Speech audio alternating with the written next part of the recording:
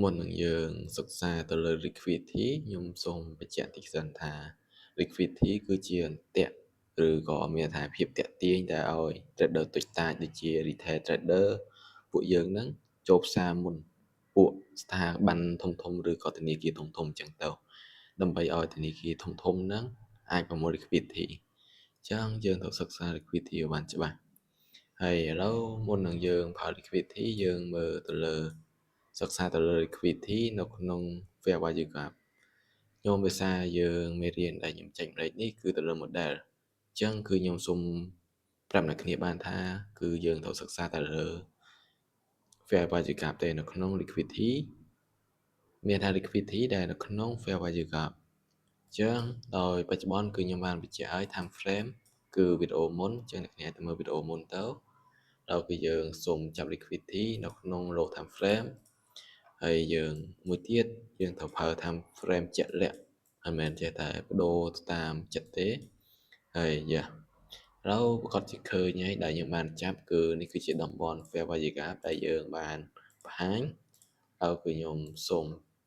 បង្ហាញកន្លែងនេះតិចចុះអ្នកគ្នាប្រកាសជាឃើញឯផ្សារមូលឡើងនៅពេលដែលនេះ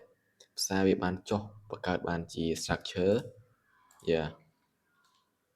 នេះអញ្ចឹងនៅពេលដែលវាបង្កើតបាន structure វាមិនបាននេះឥឡូវយើងកន្លែងហ្នឹងអ្នកគ្នាប្រកាសជាឃើញហើយវាទទួលបាន structure តូចនៅក្នុង time frame តូចអញ្ចឹងនៅពេលដែលវាទទួលបាន structure តំបន់មួយហ្នឹងហើយគឺទទួលបាន liquidity មួយ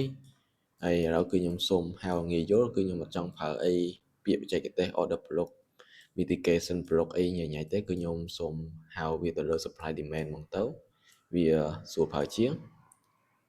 អញ្ចឹងនៅពេលដែលបែក structure អញ្ចឹងយើងទទួលបាន demand មួយ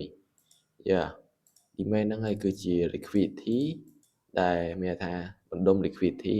គេ order ចាំនៅតំបន់ហ្នឹងអញ្ចឹងនៅពេលដែលទទួលបាន structure បន្តបន្ទាប់អញ្ចឹងតំបន់ហ្នឹងគឺជា liquidity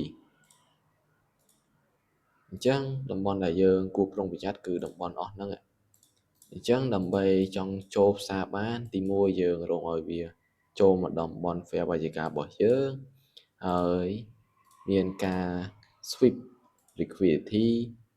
ហើយចំពោះការ confirm ថា sweep ឬមិន sweep យើងនឹងបង្ហាញនៅវីដេអូបន្ទាប់អញ្ចឹងអ្នកគ្នាត្រូវចាំទ្រឹស្ដីមួយរបស់ liquidity sweep high break low sweep low break high តែនៅក្នុងលក្ខខណ្ឌទ្រឹស្ដីហ្នឹងវាមិនមែនមានន័យថា sweep high break low sweep low break high ទេមានថានៅក្នុងលក្ខខណ្ឌហ្នឹងពេលខ្លះបែកពេលខ្លះអត់អញ្ចឹងយើងនឹងប្រាប់នៅវីដេអូក្រោយទៀតគឺខ្ញុំអត់ចង់បង្ហាញច្រើនទេអញ្ចឹងអ្វីដែលអ្នកគ្នាអាចធ្វើបានទី1សិក្សាទៅលើ liquidity ហើយមួយទៀតគឺ fair value gap អញ្ចឹងចំណុចដែលយើងសុបក្តីមកទី1យើងត្រូវហៅ fair value gap នៅក្នុង high time frame តមកយើងមកចាប់ liquidity នៅ low time frame ហើយបន្តិចទៀតយើងនឹងមានថា transfer ទៅ low មួយទៀតដើម្បី confirm ថា liquidity ហ្នឹងជា liquidity បោកបញ្ឆោតឬក៏ជា liquidity ពិតប្រាកដអញ្ចឹងយើងនឹងបញ្ចេញនៅវីដេអូខាងក្រោយហើយចំពោះ model នេះយើងអត់មានអីភាពសាមញ្ញទេហើយចំពោះវីដេអូនេះគឺមានតែប៉ុណ្្នឹងទេ